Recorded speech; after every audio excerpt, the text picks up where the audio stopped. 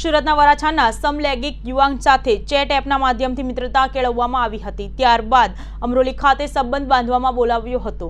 અહીં વિડીયો ઉતારીને ધમકી આપવામાં આવી હતી। બાદમાં ટોળકીએ યુવક પાસેથી બદનામ કરવાની ચીમકી આપીને 2.50 લાખ પડાવવાની કોશિશ કરી હતી। વરાછાનો 36 વર્ષીય સમલૈંગિક જીતેશ આંગળીયામાં નોકરી કરે છે। જીતેશને પરિવારમાં પત્ની અને 2 માસનું સંતાન છે। 4 એપ્રિલે બ્લૂડ લાઈવ એન્ડ ડેટિંગ એપથી જીતેશને અજાણ્યા સાથે મિત્રતા થઈ હતી। અજાણ્યાએ પોતે અમરોલીનો હોવાનું અને કોલેજમાં ભણતો હોવાની ઓળખ આપી હતી। સાથે જ સમલૈંગિક હોવાનું જણાવી જીતેશને મળવા બોલાવ્યો હતો। 36 વર્ષીય યુવકનો વિડીયો વાયરલ કરવાની ધમકી આપી રૂપિયા માંગવામાં આવ્યા હતા। આથી યુવકે પોલીસનો સંપર્ક કર્યો હતો। પોલીસે ફરિયાદ લઈને અમરોલી પોલીસે આરોપી સુરેશ સખિયા, મનોજ ચૌહાણ, અંકિત ત્યાગી અને કિશોરની ધરપકડ કરી હતી। આ કામના જે ફરિયાદી જે છે એમને જે એન્ડ્રોઈડમાં જે એપ્લિકેશન આવે છે એમાંથી ફરિયાદીનો સંપર્ક કરી અને ફરિયાદી સાથે મીઠી મીઠી વાતો કરી અને ફરિયાદીને લલચાવી અને અમરોલી પોસ્ટની હદમાં ત્યાં એને બોલાવવામાં આવેલો।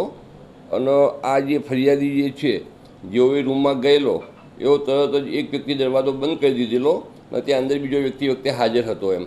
અને આ બંને જ વ્યક્તિઓ અંદર ત્યાં નગ્ન હાલતમાં હતા।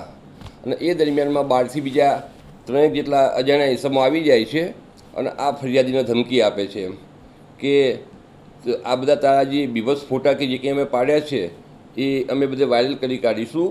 એના માટે તારા જે છે એ 10 ગાડી ઘાસ આપવું પડશે અને એના અંદાજે પૈસા લગભગ 7.5 લાખ જેટલા થાય। પણ આ જે ફરિયાદી જે છે એની આર્થિક સ્થિતિ એટલી બધી સારી હતી નહીં, એટલે જે તે વખતે પૈસા આપી શક્યો નહીં। અને એ પછી આ ફરિયાદીએ પૈસા આપવા માટેનો વાયદો કરેલો હતો અને 2 દિવસ પછી આ ફરિયાદી 2.5 લાખ રૂપિયાને આપવાની વાત કરેલી હતી એમ। આ ફરિયાદીએ પછી હિંમત કરી અને અમરોલી પોલીસનો સંપર્ક કર્યો અને અમરોલી પોલીસને આખી વાત કરી કે મારી સાથે આવો બનાવ બન્યો છે, જેથી અમરોલી પોલીસે એની સાથે રહી અને જે 2.5 લાખ રૂપિયા જે આપવા માટે ગયા એ જ વખતે જે આરોપીઓ હતા એમને દબોચી લીધેલા એમ। અને એ પછી આ જે ફરિયાદી જે છે એની ફરિયાદ લઈ દાખલ કરી અને આરોપીઓને અટક કરવામાં આવેલા છે અને હાલમાં ગુનાની તપાસ અમરોલી પોલીસ ચલાવી રહેલ છે।